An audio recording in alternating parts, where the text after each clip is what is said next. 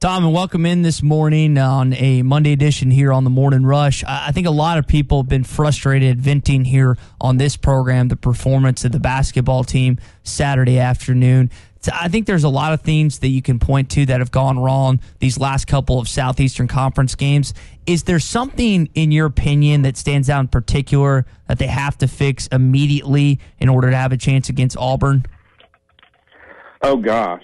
Well, yeah, I mean, you could look at a lot of different things, but I want to say their three-point shooting defense is something that has got to get better quick, because Auburn's going to come in here, and they made 15 in the first game, too. So I think that's one of only 3 games that Eric Musselman teams have allowed 15 made three-pointers. Now, Alabama took, 35 or something? So, I mean, they shot a ton, and Auburn shot a ton, too. But the addition of Sharif Cooper makes Auburn a different team than what Arkansas saw when they went and won there in the conference opener. But, man, there's so many things happening. Guys are slumping at the same time. I mean, we already knew Desi Sills was kind of a streaky shooter and prone to some extended slumps and then some hot streaks. But, now Vance Jackson has joined him, had a few good games, and now he's gone cold with his three-point shot. So, a lot of different things they've got to get better at for sure. When you look at the addition of Justin Smith, you were expecting 3 to 6 weeks. He's back in 15 days. He played about 18 minutes in this basketball game. Tom, how much time, how many games do you think it's going to take for him to get acclimated and back to the Justin Smith that we saw early in the season? Yeah, certainly a few, because, the ankle probably doesn't feel great. I mean, it's good enough to play, but probably not at his best yet. Now, he did have a dunk, and if you might have seen my notes from the game, they went 4 consecutive games without a dunk. And then that just goes to show you how hard they're having to work offensively. They're not getting some break open pick and roll or a lob pass for a dunk. And they got one. And Tate, he backdoored his defender, and I think it was Jalen Tate who found him, and he got a dunk. So Arkansas needs to have a few more plays like that. And as Eric Musselman noted in his post game, a lot of their offense right now is coming from the half court, called sets and things like that, instead of what he had a term for it, open flow or something, the flow of the game. And in the Auburn game, the 97 points for Arkansas, that was what I called more freewheeling, a little bit more open court stuff, and they were phenomenal in that. So you can bet that Bruce Pearl is going to see what other teams have done defensively, trying to pinch down on Jalen Tate, not let him be as much of a creator, and Arkansas is going to have answers for that in this game. Auburn, Vanderbilt, Ole Miss, the next 3 for Arkansas. 3 winnable games, but the bottom line is you got to go win them to get right. You got a chance to get your record back to above 500 here. Yeah. Tom, can this team overcome what's happened in recent games mentally and win these 3 games? Because they're talented enough, but I don't know that they're capable of doing it right now with all the frustration that seems to have set in with this program. Yeah, exactly. That's a great question. And, I mean, they've got to get players' confidence back. And you do that by making shots in games. And, I mean, they've got to find ways for Connor Vanover to be productive. The guy's 7'3". He can be a great rim protector for you, and we know he can shoot the 3.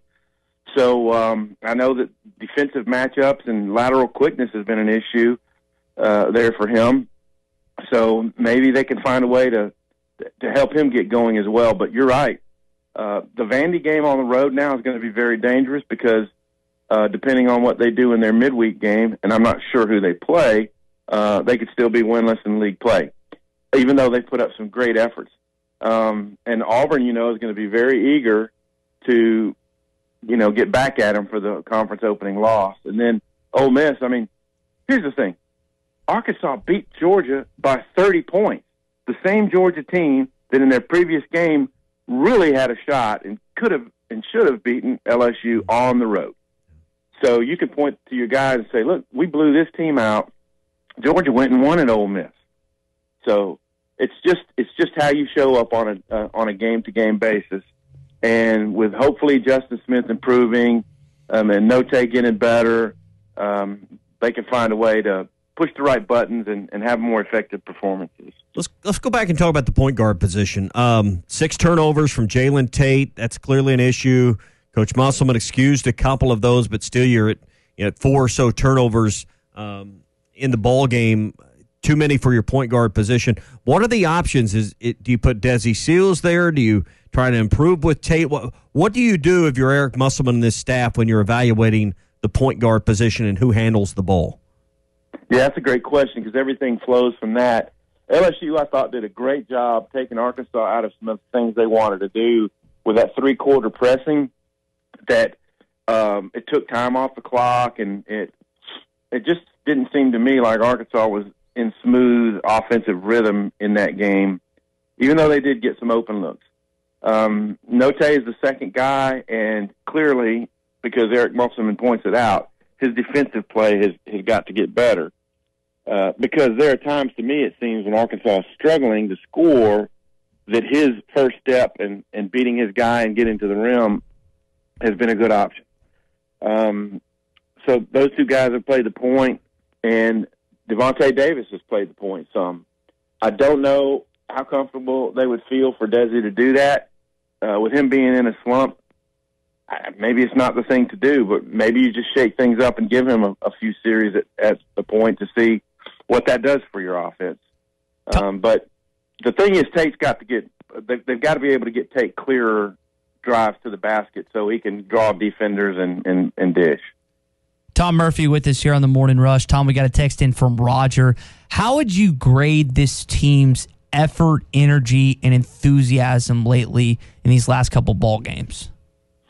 Yeah, I asked Eric that question on post-game on Bama. What are you seeing from your team from the body language standpoint?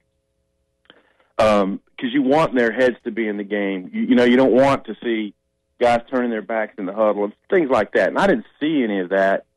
But you do worry about, that type of thing. So I think this next game is going to be a huge challenge. Can you get Vance Jackson back going again?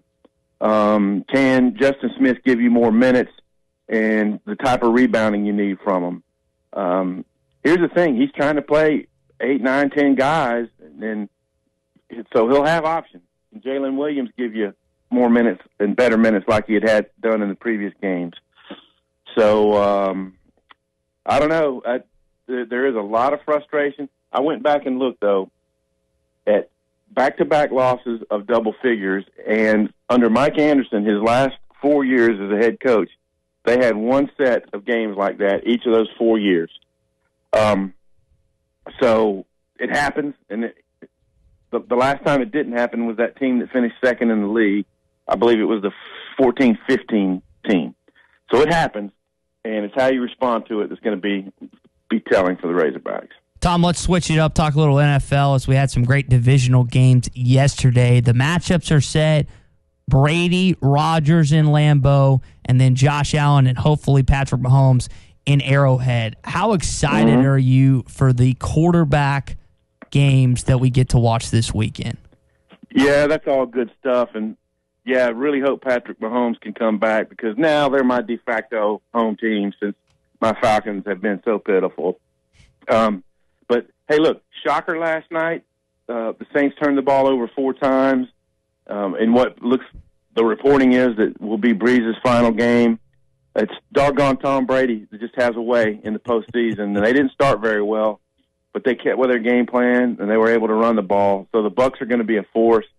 Look, Green Bay has been a really good team. To me, somewhat under the radar because I don't think they have a ton of superstars outside Rodgers on offense, but they're at home, and the Bucs are not used to playing in that type of weather.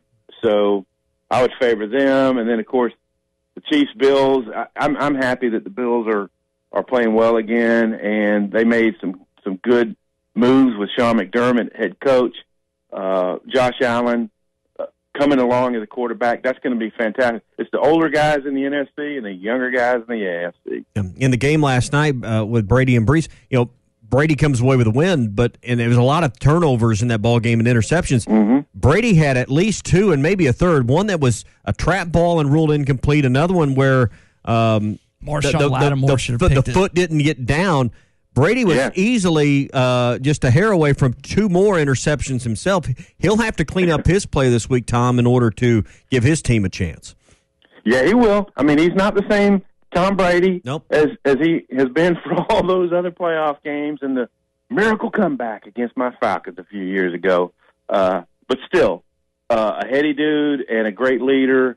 And this team, man, the Bucs they're going to be formidable. Yeah, but clearly a guy that, because of his name, because of his presence, because of who he is, makes everyone else around him believe they can do it. That's the reason they're in the NFC Championship game.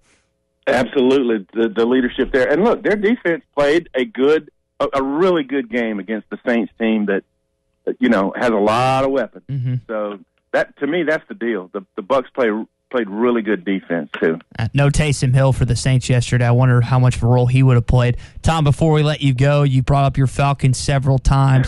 They hire the Tennessee Titans offensive coordinator, Arthur Smith, who did a wonderful job with Tannehill, Henry, and those guys this year. Thoughts on the hire, man, before we let you go? He did. I mean, not a super long track record, but I guess teams that you've seen the success of younger guys like McVay and McDermott, and these offensive wonderkind guys are getting shots. And he's got the same first name as our owner, Arthur Blank. So maybe that played a role. Yeah. I don't know. Yeah.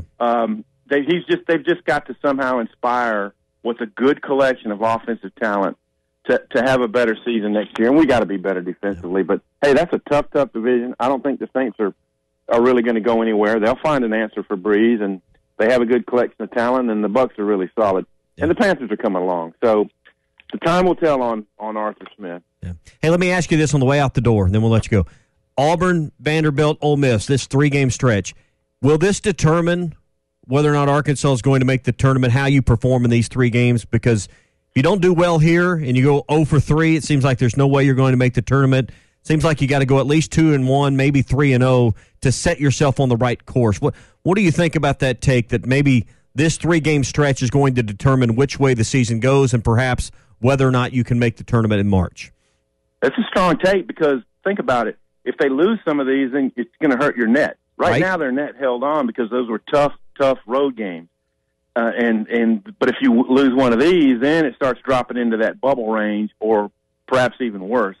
So you really need to go 3-0. You need to get another road win at Vanderbilt, because there are a lot tougher games down the road. And Kentucky still to come, another return game against Bama, return game against LSU, and a road game at Missouri. There's still a lot of tough games. Yep. Tom, we appreciate it, buddy. We'll let you go, and we'll talk recap Auburn and some other stuff coming up this Thursday, bud. Sounds great. See y'all.